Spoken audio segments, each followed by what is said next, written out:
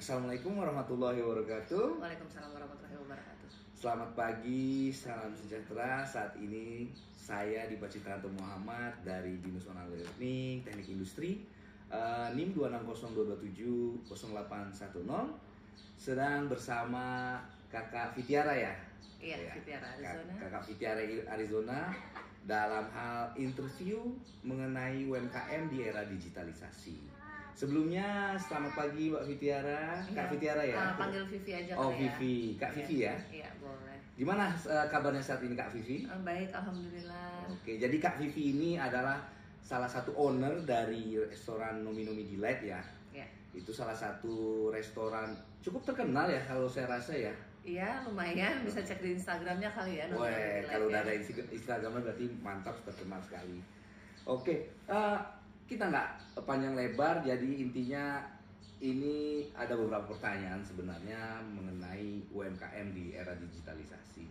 Jadi menurut Kak Vivi, Nomi Nomi sendiri di era digitalisasi ini apa sih peran utamanya, atau menurut Anda bagaimana Nomi Nomi memanfaatkan digitalisasi ini demi meningkatkan daya saing mereka dengan yang lain? Oke, sebelumnya saya mau mengucapkan terima kasih atas undangannya. Kalau misalnya bisa dibilang mungkin saya salah satu owner saja kali ya, karena sebenarnya owner Nomi Nomi banyak. Dan Nomi Nomi itu ada beberapa cabang. Kebetulan saya salah satu pemilik dari cabang yang di Bekasi, di depan Grand Galaxy Park, kemudian di Kalimalang sama di Tebet. Jadi ya betul, dari Nomi Nomi sendiri sudah cukup banyak memanfaatkan dari proses digitalisasi. Salah satunya misalnya sosial media. Kami punya Instagram, kami punya TikTok. Di situ promo-promo atau pembuatan konten untuk marketing Nomi Nomi sendiri ya. Kemudian kami juga sistem pembayaran kami. Di situ kami bekerja sama dengan mungkin tidak bisa sebut mereknya juga kali ya, salah satu tenan yang memanfaatkan pembayaran cashless. Jadi semuanya sudah di-input secara digital. Masih menerima juga cash, tapi prefer untuk cashless. Kemudian kami juga punya sistem ketika kami menginput biaya produksi, jumlah bahan baku yang diperlukan, kemudian berapa yang sudah keluar, dan waste-nya berapa. Jadi kami bisa tahu, kami punya perhitungan P&L sendiri, profit and loss. Semuanya tercatat dan terdata secara sistematis. Jadi menurut kami itu sangat membantu sih. Tidak manual lagi harus dicatat, tapi semuanya tinggal kita input by system, kemudian nanti kita bisa lihat ya dari recordnya untuk mendapatkan report monthly gitu. Kalau sistem itu sendiri ini sebenarnya baru atau dari awal Nomi Nomi didirikan itu sudah langsung digitalisasi, atau apakah perlu adaptasi dulu kayak seperti mungkin dulu awalnya secara manual seperti bayar dengan cash, terus promosi dengan cara ya mungkin mulut ke mulut, atau pakai, mungkin kita lihat dulu ada orang promosi pakai brosur ya, terus di atau di media majalah seperti itu. Nah, Nomi Nomi itu gimana sih? Ada penggunaan platform digital apa aja demi promosinya sendiri? Kalau di awal memang iya, karena setahu saya dulu pertama kali Nomi Nomi di Rawamangun juga masih restoran simple kecil gitu ya. Kemudian mungkin pembayarannya juga masih cash. Kemudian seiring berjalannya waktu bekerja sama dengan beberapa bank untuk menginput pembayaran dengan cashless gitu. Kalau dari platformnya sementara sih Instagram sama TikTok ya. Instagram sama TikTok yang lagi booming untuk ngeboost buat marketingnya gitu. Oke, jadi jangan lupa Instagram dan TikTok nanti ada di bawah sini ya, alamatnya ya. Nanti di follow dan subscribe ya. Yes. Oke, jadi itu di promosi digitalisasi. Kalau keterampilan dan pelatihan sendiri untuk timnya, apakah Nomi Nomi itu melakukan pelatihan di luar dengan third party gitu atau dengan pihak lain, atau meng-hire orang-orang yang memang sudah terlatih di bidangnya itu, seperti kan namanya kan Instagram dan TikTok kan butuh namanya keahlian dalam membuat konten ya. Itu bikin kontennya sendiri dari Kak Vivi-nya sendiri atau ada orang lain? Ada tim sih, ada tim sendiri, tim marketing sendiri. Memang yang sudah lebih mengerti dan paham, kemudian mencari banyak inspirasi kali ya dari konten-konten yang lain juga. Kemudian dari keseharian customer Nomi sendiri kita melihat, oh tipikal customer Nomi seperti ini nih. Kalau misalnya kita bikin konten kayak gini kayaknya lebih menarik. Atau misalnya kita mau dekat ke pasar kita, keluarga kecil gitu, terus kita ada sedikit tempat permainan gitu, terus kita bikin konten di situ bersama anak-anak. Atau keseharian atau anak-anak zaman now gitu yang lagi ngetren, yang lagi hype tuh apa sih di TikTok. Biasanya dari tim marketing akan mempelajari itu dan mengaplikasikan, dan bahkan yang bikin konten pun bukan orang lain tapi tim sendiri, karyawan-karyawan sendiri gitu. Jadi di sela-sela misalnya lagi nunggu customer atau pas lagi bukan peak time-nya, bisa diarahkan untuk yuk kita bikin video gitu sesuai dengan yang lagi ngetren aja sekarang.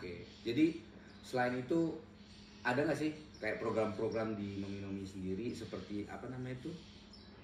Kalau ada yang promosi di tag misalnya di Nomi di IG atau di TikTok, nanti pelanggan mendapatkan diskon seperti itu. Iya, udah beberapa kali kok. Misalnya kalau ada event tertentu, misalnya 17 Agustus atau misalnya ada hari Kartini atau macam-macam. Biasanya kita akan mengikuti promonya sesuai dengan event-event tersebut.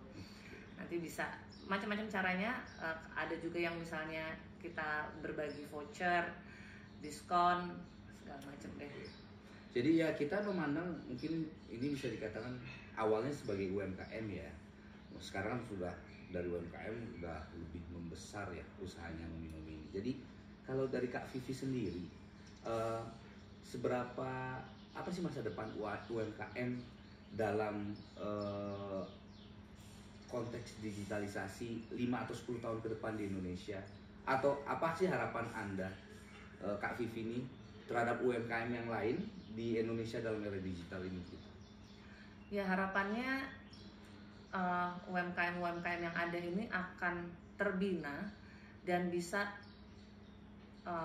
develop lebih besar ya, grow lebih besar dengan pengaruh dari digitalisasi. Jadi kita jangan sampai kita tidak paham dengan teknologi, jangan sampai kita juga tidak tahu dengan kondisi saat ini. Kita tetap harus mengikuti hype yang ada, sering-sering buka TikTok dan Instagram yang FYP apa, ikutin, dan ya itu bisa jadi salah satu motivasi kita untuk ngedevelop tim kita.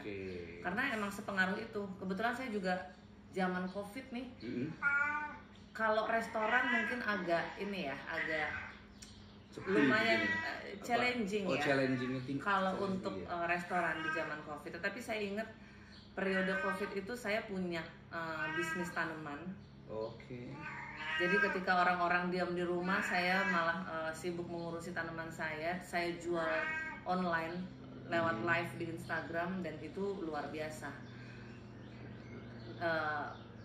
Efeknya lumayan gede banget ya. Memang waktu itu karena orang lagi nggak sibuk ngapa-ngapain, jadi hobinya ke tanaman, dan saya memanfaatkan momen dan peluang tersebut untuk bisnis tanaman saya. Cuma karena sekarang saya sudah kembali full kerja lagi ke kantor, jadi itu saya jadikan hobi saja. Jadi Kak Vivi ini wanita tangguh juga. Jadi kerja juga, punya usaha juga. Terus di zaman COVID yang lainnya work from home, ini malah jualan tanaman online ya. Karena saya ingat waktu itu pada zaman COVID itu saya dapat penghargaan justru sebagai salah satu contoh inisiator perempuan yang maju di zaman COVID untuk UMKM membawa sesuatu hal yang ketika orang pada COVID pada lagi drop semua, saya bring something, yaitu dengan bisnis tanaman saya. Saya berjualan secara live di Instagram. Mantap sekali Kak Vivi ini, hebat. Pertanyaan terakhir nih sebelum kita menutup interview, tips dan saran ya. Apa sih tips Kak Vivi yang bisa diberikan kepada para pelaku UMKM lainnya jika ingin memulai transformasi ini dari yang mungkin dia baru mulai, terus apa sih sarannya supaya menghadapi era digitalisasi saat ini yang serba online gitu loh? Yang pertama, jangan takut untuk memulai, karena tanpa memulai kita nggak akan dapetin apa-apa. Jangan menyerah, terus tetap berusaha untuk update dengan keadaan saat ini. Buka Instagram, buka TikTok, buka Twitter, cari tahu apa yang sedang terjadi, apa yang hype, dan ya pokoknya coba aja terus jangan putus asa. Coba terus dan jangan Iya. putus asa. Iya. Jadi kalau sudah jatuh berdiri lagi gitu, betul ya? Iya, betul. Sampai berapa kali jatuhnya? Jangan sampai kalau bisa. Oh, Kita juga harus oke. bisa mengetahui posisi kita di mana nih. Sekali jatuh, oke, ada action item apa yang harus dilakukan, itu sebagai lesson learn untuk kedepannya. Oh, mantap sekali. Oke Kak Vivi mungkin cukup untuk interviewnya saat ini. Terima kasih banyak atas waktunya. Baik, sama-sama. Semoga kedepannya Kak Vivi makin sukses ya. Amin, amin. Oke, terima kasih. Iya. Baik. Bye bye. Alhamdulillah terekam.